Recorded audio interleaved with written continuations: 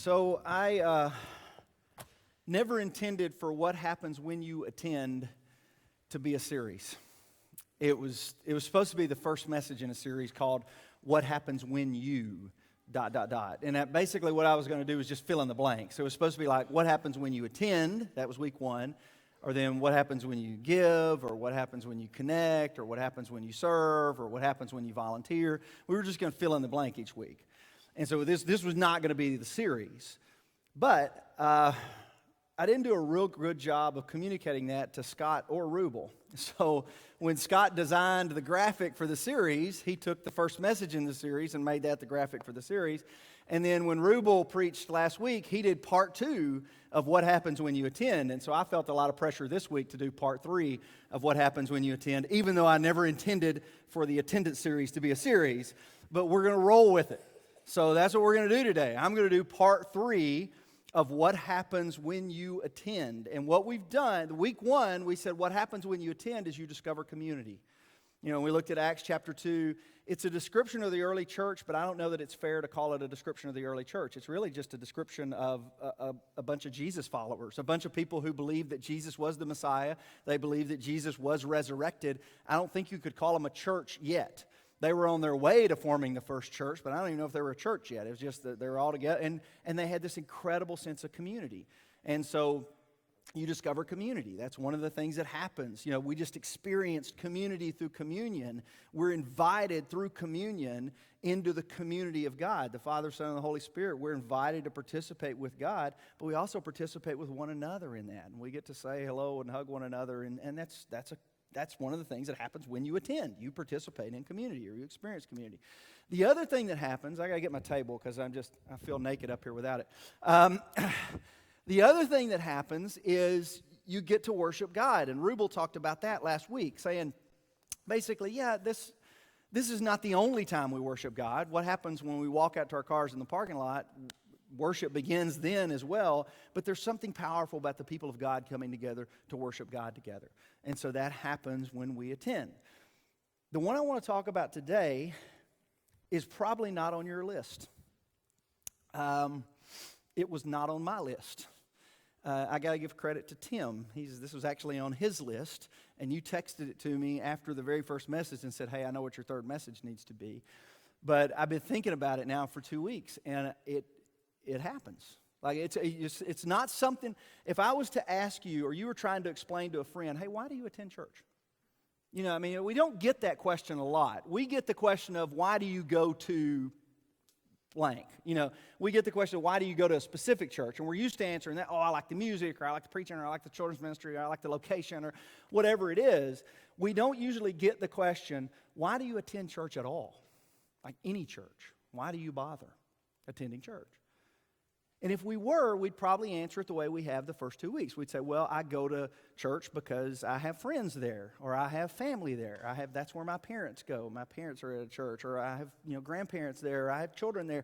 And we have community, and that's one of the reasons I go to church, because I need people around me that are going to inspire me to be a better person. I need people who are going to encourage me when I'm down, and people who are going to motivate me to live for Jesus. I need that community, and that's why I participate in a church on Sunday mornings. Or we would say, I need the worship. Like, I need that. That's a reset time for me. I mean, we're just so busy running all through the week, and I need that hour at least once a week to kind of pause and go, take a deep breath and remember who God is and what He's done for me through Christ, and to take communion and remember the death, burial, and resurrection. I need that reset time. We would answer community and worship. But there's something else that happens when we attend church. And it happens every single time we attend, whether we like it or not, it happens. And sometimes it's not enjoyable. Sometimes it's actually painful. But it still happens. And the more we attend, the more it happens. Any ideas? When you attend, what happens is we learn to love. Specifically, we learn to love other people. When we participate in a community of faith that we call church today, we learn to love other people. You see that in the second chapter of Acts as it describes that church. It says every day they continued to meet together in the temple courts, and they ate together with glad and sincere hearts, and they enjoyed the favor of all of the people, and the Lord added to their number daily those who were being saved. They were learning in that context. They were learning how to love each other, just as the Savior taught them that the greatest command is to love the Lord your God with all your heart, soul, strength, and mind, and the second is just like it, to love your neighbor as yourself. So now they're learning to love their neighbor as herself. They're learning to come together with their neighbors and worship God and learning to love each other. So that happens. All throughout the New Testament letters, the epistles, you see, I spoke last week in Spring Hill, and I talked about hospitality because Rubel's doing a series called Words to Live By. And so I chose the word hospitality, and I was looking up verses on hospitality, and every single one of them were connected to the concept of love, not surprisingly. But every time I'd find a verse, I was like, ooh, that's a good verse on hospitality. And I'd read the verses around it, and it was talking about love. Love your brothers and sisters and love one another. And how one of the ways we show love to each other is by offering hospitality to each other. And so this concept is all throughout the New Testament. But where I want to show you today is in the 10th chapter of Hebrews. And I know I talked about this one in week 1, but I went back to it this week and just started looking at it again because this is the, what happens when you attend. This is the attendance passage, this right here, Hebrews chapter 10, verse 25. Not giving up meeting together. We've heard this quoted all our life. Let us not give up meeting together as some are in the habit of doing, but let us, encourage one another all the more as the day approaches. I'm paraphrasing. I'm not reading off the screen there, so if I didn't say exactly right, forgive me. But, we have to continue meeting together. Why do we continue meeting together? What happens when we meet together? Look at the verse that immediately precedes it. This is verse 24. Let us consider how we may spur one another on toward what? To love. So why do we meet together as a church? So we can spur one another on to love. Why is love so important? Because Jesus said that's the most important thing. If you were to summarize this book, or this collection of books, if you were to summarize it into just a couple of sentences, it would be love God and love people. I mean, if you're just going to summarize this thing, that's what it all comes down to. And so we meet together to spur one another on towards love and good deeds. Now, I've highlighted the word spur because that's a specific Greek word that he uses there. And I looked up all the other translations of that word, and they all say it differently. The NIV says spur one another on. Okay, some of the translations say we need to motivate one another to love. Some of them say we need to encourage one another to love. Some of them say we need to stir up one another to love. But my favorite one is actually one of the oldest ones. It's from the King James. And it says, and let us consider one another to provoke unto love and to good works. And the reason that's my favorite is one, I just like, it's just a stronger word. I mean, it's just a spur one another. I don't get, what is spur? What are we talking about here? I mean, I get it. I understand what it means. And stir up, I get that. But that word provoke, I mean, it's like, that's like, we don't generally say, I'm going to provoke you to love. Right? That's not the way we use the word provoke. I'm going to provoke you to anger. Or I don't say, well, I went to church today and I was provoked. Like, whoa, brother, what happened? Well, I was provoked to love. We don't use the word. It's a negative word, right? The King James uses the word provoke. Why does it use that word? Well, in this particular instance, they actually get it closer, I think, than any of the other translations. Because the Greek word means, right there, to incite or to irritate. So I want to encourage you to irritate one another to love. To incite one another to love. I mean, those are negative words. Matter of fact, if you look, I just went on a word study this week, I'm sorry. The only other place that this particular Greek word is used in the New Testament is translated in Acts chapter 15 as sharp disagreement. That's the same word. The word that the writer of Hebrew uses to say provoke one another to love is the word that Luke uses to describe a sharp disagreement between Barnabas and Paul. And this is fascinating to me. If you go to Acts chapter 15, the most of Acts chapter 15 is about what the fruit of that Barnabas and Paul's amazing partnership, the fruit of that partnership. So it's about how the Gentiles receive faith. We are in the room today, us Gentiles here, and we receive faith because years and years and years ago, there was a guy named Paul and a guy named Barnabas that formed a partnership and took the gospel to the Gentiles. That's in Acts chapter 15, but look at the way the chapter ends. It says they had such a sharp disagreement that they parted company. Barnabas took Mark and sailed for Cyprus, but Paul chose Silas and left. Think about this. I mean, Barnabas' nickname is son of encouragement. And Paul wrote the great love chapter of the Bible. And these two brothers couldn't get along well enough at the end of this chapter. They had a sharp disagreement and they parted company. They had a big old stinking church fight is what they had. And thank goodness we don't do that anymore. I'm so glad that we've moved past that. I'm so glad that, we're not immature like Paul and Barnabas and we still have church fights and disagree with one another and that kind of stuff. But the reason I like this verse is because it's real. Because this is what happens. Because families fight sometimes. And the beauty of family is that even though we fuss and fight sometimes, we're still brothers and sisters and we still fiercely love each other. And so Paul and Barnabas, I believe, eventually were reconciled. I think you can read some of that in the Corinthians passage. Some people debate whether or not they were ever reconciled. I just got to believe they were reconciled because just like any family, we fuss and fight sometimes, but we always come back together. And so what if, this is where I went, I don't know whether I'm right or wrong, but here, I kind of started chasing this line of thinking this week, thinking, okay, so the writer of Hebrews chooses a negative word, provoke, to describe something positive we're supposed to do when we meet together as a church. We're supposed to love one another. We're supposed to learn how to love. We're supposed to increase our capacity to love. How do we increase our capacity to love when we gather together? Well, we study the Bible. We participate in worship. Yes. But we also, one of the best ways we increase our capacity to love when we come together is just like Paul and Barnabas did. One of the ways that we learn to love is by hanging out with people who are difficult to love. And what better place to do that than the church? Right? Right? We are perfectly made.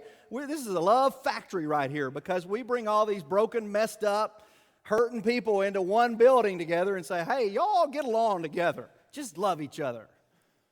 Right? And this is the truth right here. I'm going to show this to you. Look at that. Some people are difficult to love. Right? I saw one big head nod. Nobody was like, I don't want to say amen. But some people are difficult to love. Right? And I'm not going to, don't elbow anybody. Don't point anybody out. I would never name any names, Bob Berry, or I would never say anything that would incite, Jim Webb. I'm not going to do that. It's not appropriate to name names in a situation like this, Gary Van Wormer. So what you got to do, and listen, every one of those, I chose those names because they don't care if I pick on them. Jim, I said that in first service. Jim Webb, he said, I know you love me because you pick on me all the time. I said, yeah, you keep thinking that, brother. No, I said, yes, that's exactly right, Jim. That's exactly right. But some people are difficult to love, right? And when I say that, when we put that verse or that text up on the screen, some people have thought of a name. You thought of a name. And guess what? Some people thought of your name. Amen, brother. I'm sorry I left you out. I should have got you in there. Some people thought of a name. Some people thought of your name. Because here's the deal. You put this many people together in community. We're going to fuss and fight sometimes. You're going to do things that get on my nerves. I'm going to do things that get on your nerves. Some of us are going to bring a lot of drama into the relationship, and some of us are going to get offended easily, and some of us are going to get hurt easily, and some of us are going to be angry about stuff, and we should. And this just happens. So the question is, if this is true, if one of the ways we learn to love is by loving difficult people, why would God do this to us? Why would He put all of us together in the room and say, y'all just make it work? Why? You read through the New Testament church. I know we tend to look at the New Testament church and say, man, we want to be like the New Testament church. Not all the time we don't. You look at what's going on in Corinth, and you look at what's going on, in Galatia. We don't want to be like the New Testament church in some aspects, because what were they doing? They were a bunch of people that had one thing in common. They didn't necessarily have Their economic backgrounds were not necessarily in common. Their ethnic backgrounds not necessarily in common. But what they had in common was they believed that Jesus was the Messiah, the Son of the living God. They believed that Jesus was resurrected from the dead. That's all they had in common. You throw all those people in the same room, we can have that one thing in common. We can be different politically, we can be different economically, we can be different racially, we can be different cultural backgrounds, all of this stuff, but we're just supposed to figure this out and make it work. And I think that was a genius move on God's part. Because we do the same thing in our own families. It's how we learn to love. We learn to love by being with other people, especially people whom we tend to think are unlovable.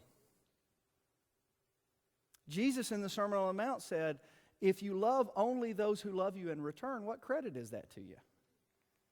Like, don't pat yourself on the back just because you only love the people who return love to you. Jesus was trying to elevate the definition of love and to increase our understanding of what love was supposed to look like. And he says, so the way we're going to do this is we're going to create this thing called church, and you're not going to study alone, you're going to study together. And you're not going to pray alone, you're going to pray together. And you're not going to worship alone, you're going to worship together. And it's like, Lord, but what happens if we don't all agree on the way we should worship? And he goes, oh, that'll never happen, don't worry about it. Yeah, that's going to happen. And you got to figure it out. Because that's how you learn to love one another. I was thinking about it in this context right here. Toddlers. Let's talk toddlers just a minute here. Toddlers are not naturally born to share, right? We generally don't have to we don't have to teach our toddlers how to be selfish. They know how to be selfish. They're born knowing how to be selfish. They know. So if they're hungry, they don't tend to think, oh, I'm hungry, Mama, but please give the sippy cup to my friend so they can have it. They don't do that, right? If they're hungry, it's me. If they got a brand new toy, it's mine. So how do we teach toddlers to share? Well, we teach them and we instruct them and we tell them as parents, hey, you need to share, you need to share. Well, God teaches and He instructs us and He says, hey, you need to love, you need to love, you need to love. But one of the things we do is we put toddlers together with other toddlers. And that's one of the ways they learn to share. By being with other kids and having a little instruction and guidance along the way to say, you need to share, you need to share. If they never are with other kids, they never learn to share. So we put them all together. And when you put them all together, what happens? There's a lot of tears, there's a lot of temper tantrums, but over time, as they mature, they learn to start putting the needs of others before themselves, and they learn to start having empathy towards one another, and they learn to start sharing understanding towards one another.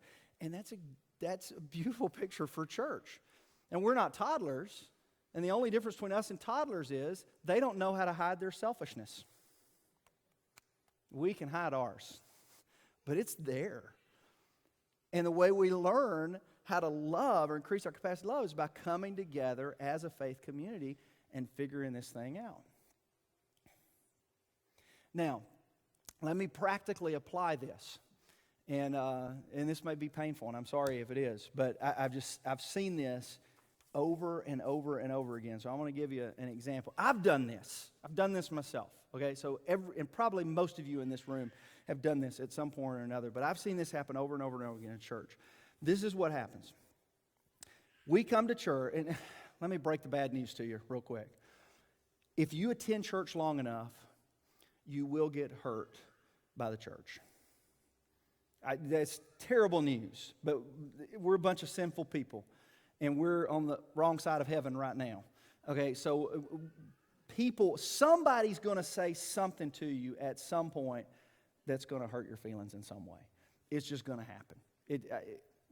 There's no way around it. I mean, I don't think the church should be in the business of intentionally hurting people. I think it's sad when the church hurts people. It's something that I want to correct. It's something that we're working hard to make sure we want to be a place of judgment ends and healing begins. But if you attend this church long enough, somebody here is going to say something to hurt your feelings, to insult you in some way. I'm going to say something to do that. The church is going to make some decision that you don't agree with. Something's going to happen. And so here's what happens usually. So we get our feelings hurt at church one Sunday. Maybe somebody doesn't talk to us as we're walking down the aisle, or maybe something happened in small group or whatever. We get our feelings hurt. Somebody does something to us, and we get our feelings hurt. And so what we do, the Saturday comes around the next week, and we're like, I don't want to go to church tomorrow. I don't want to see blank, fill in the blank. I don't want to see them, or I don't want to deal with such and such tomorrow, so I'm just going to stay home tomorrow. And so you stay home, and the next week rolls around, and you think, I don't know, because usually what's happened, the longer we give these hurts, whatever the slight or the offense was, we usually feed it throughout the week. And so we feed and water this thing, and when you feed and water something like that, it tends to grow. And so the longer we stay away from the community, the more our hurt grows. And eventually that offense turns into resentment or even contempt. And once it turns to resentment and contempt, it's really hard to step back into community, because it's hard to have community with somebody for whom you feel contempt towards. But we just this thing just starts building and building and building. And after about 5 or 6 weeks of this thing, it suddenly hits us. Nobody from church has missed me. Nobody has called me and said, where have you been? And what's the matter with those people? And so then we start coming up with additional reasons of why we don't. I'll tell you what, there's this problem with that church, and there's this problem with that church. And we start coming up with these additional reasons, and if we're not careful, that thing can spiral out of control to where we just stop attending altogether. Or even if we go to another church, we go into that new church all armored up, because we're going to make darn sure that doesn't happen to us again. And I'm not going to get near as involved as I was in that last church, because I got involved in that last church and they hurt me. And I'm not going to join into small groups because I got involved in small groups last time and they hurt me. And so we come in armored up, insisting that we're not going to get involved. So either way, we lose when we do that. We either lose the community, or we go into a new community not getting what we need out of that new community either.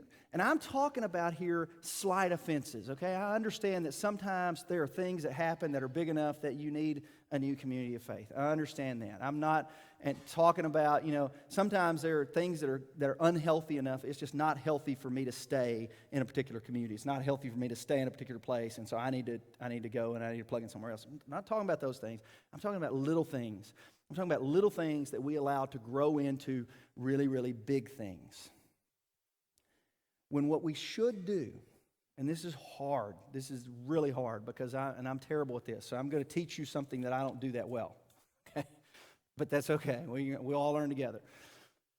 What we should do is, instead of running away from community when we're hurt, or when we feel insulted, or whatever that is, instead of running away from community, what we should do is lean into community just a little bit more.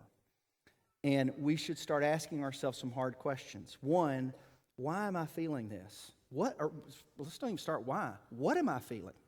Identify the feeling, because sometimes the feeling is not exactly what you do. I'm feeling awkward. I'm feeling uncomfortable. What you're feeling is fear. You're just scared. Or I'm feeling angry. I'm angry. I'm angry about this, and that's okay to be angry about something. So identify what you're feeling, why you're feeling it, and then whether or not it's legitimate. Sometimes it is, and sometimes it's not. You got to make that determination. There are times that I've been offended by what somebody did to me. I've been offended by some text. How dare they send me this text? And it really doesn't have anything to do with them or what they sent me. It really has to do with the fact that I was having a bad day, and I just took what they received me in the wrong way. It's not what they intended at all. Or I walk down the hall, I walk past Rick down the hall, and Rick doesn't talk to me. I'm like, what is the matter with it? I can't believe that. I've been known Rick for 3 years, and he won't talk to me, and I get my feelings all hurt about that. Maybe he just had a bad day. Maybe he just got a piece of news that something was going on in his family that he was wrestling with, and his mind was somewhere else. See, sometimes it's not. I'm sorry, I pick on you all the time, Rick, but you're a big guy and you sit right on the third row. So you're just right there intimidating me. But sometimes it's nothing. And I got to forgive and forget. And I got to give my brother the benefit of the doubt and say, you know what, I don't think he meant anything by that. I'm going to give him the benefit of the doubt. And sometimes he's got to give me the benefit of the doubt. You know what, I don't think he meant anything by that. I'm going to give it. And we just move on and we forget about it. Sometimes it is serious enough that we need to talk. Sometimes, I'll pick on Tim this time, because Tim and I have had these conversations. Sometimes we got to talk it out. Sometimes Tim's got to say, hey, brother, I need to talk to you a little bit. Can we talk about what happened last week? Because this is how I felt about that, and I kind of got my feelings hurt over that, or the way you handled that, or your attitude, that bothered me. But we lean into community. Jesus talked about this in Matthew chapter 18. We don't run away from community because we don't increase our capacity to love by disengaging from the people who wrong us or hurt us. And again, slight offenses, okay? I'm not saying if you're in an abusive marital relationship, stay in that relationship. I'm talking about these little things that we allow to become big things. We don't increase our capacity to love by disengaging with everybody we disagree with. We just don't. We increase our capacity to love by leaning into community and getting to know people and trying to understand where they come from and trying to understand what their perspective is and trying to gain some empathy for what was going on in that particular situation, giving them a chance to apologize, giving us a chance to apologize. A lot of problems can be resolved just that way. When somebody offends me in some way, I just go to them and I talk brother to brother or sister to sister. We just talk this thing out because there's a lot. And don't text. Text doesn't count. Email doesn't count. You can't read people's body language in those situations. You can't read their emotional cues. You can easily misread a text. You can misread it as blunt. You can misread it as cynical. You can misread it as sarcastic. And that's not at all what they meant by it. It's just that forum does not do well. And we tried to fix the problem with emojis, but even that doesn't do it. Why do they have emojis, right? Why do we have emojis? It's because we're trying to fix that problem. Like, I need to put a smiley face here just to show you, I'm kidding, that's a joke, or we put this sad face, I'm really am bothered by this, but you can communicate with your kids sometimes purely through emojis. I do that with my daughter sometimes. I just send emojis. But you got to speak to your brothers and sisters face to face. And when we do that, we increase our capacity to love. We learn how to love by participating in community. Don't blame me. Blame God. Okay? He could have set up Me Church right there, okay? He could have said, everybody just has their own little church, and it's just about you, and everybody at Me Church worships the way you want to because you're the only member, and everybody at Me Church prays the way you want to because you're the only member, and everybody believes doctrinally the way you believe because you're the only member. He could have set it up that way, but he didn't, and I think he didn't intentionally. My brother and I used this example in the first, so I'll share it with you guys too. My brother and I have had big fights, big disagreements and big arguments. And I'm not talking about like when we were teenagers. I'm talking about when we were 40-year-olds. We've sparred before. And I've been angry at him. He's been angry at me. I've said hurtful things to him. He's said hurtful things to me. It's happened. But we always circle back. We always circle back and try to repair that relationship. Now, sometimes it takes us a few days to circle back. Sometimes we think, I'm not going to do it this time. I'm not going to circle back this time. That was the last straw, but we always do. Why do we circle back? Because at the end of the day, we're family. And even though we fuss and fight, we love each other. And we love each other enough to stay connected as family and to say, I'm sorry, that was wrong. Let's hit the reset button. And I think that's exactly what we're called to do with our church family as well. I think that's how we learn to love, because the thing that I hate to admit, and I hope he doesn't listen to this message and hear it, and he probably won't, is in those times where we've had the fuss and fight, my capacity to love was increased in the act of what? Circling back. It was that moment of circling back that my capacity to love was increased. So the sharp disagreement, the sharp dispute actually ended with me growing a little bit in my capacity to love. Y'all can unpack that in your small groups. That's a lot. Let's pray.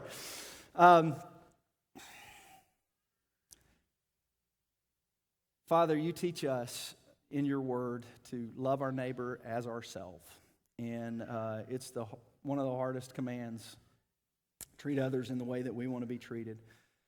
And what makes that command hard is when we don't feel like it and we feel that we've been wronged in some way and our emotions get the best of us. And Father, I want to pray that you give us the courage to stay connected to community when that happens. even if we got to disengage and cool down or, let our minds settle a little bit, but give us the courage to keep engaging, to keep leaning into community, and help us to see our brothers and sisters in the faith as our family. And even though we might fuss and fight sometimes, we love each other, and we love each other because we share one thing in common. You saved us, and you rescued us from our own selfishness and our own pride, and you redeemed our lives. And that fact alone ought to give us the capacity to give a little bit more love and compassion to our fellow brothers and sisters. It's in your Son's name I pray these things. Amen. Hey, next week, here's where we're going. Google this song right here. I can't get it working. Right there. We're doing a new series called Changing the Way You Worship, but it's So Will I is the name of the series. Hillsong United has a song that we're stealing this from. Go read the lyrics to that song. And that's kind of what we're going to be talking about. The next 5 weeks, starting next week, we'll be talking about worship. And I'm specifically talking about what we do in this room when we gather together on Sundays. All right? You guys enjoy the rest of your day. Go have a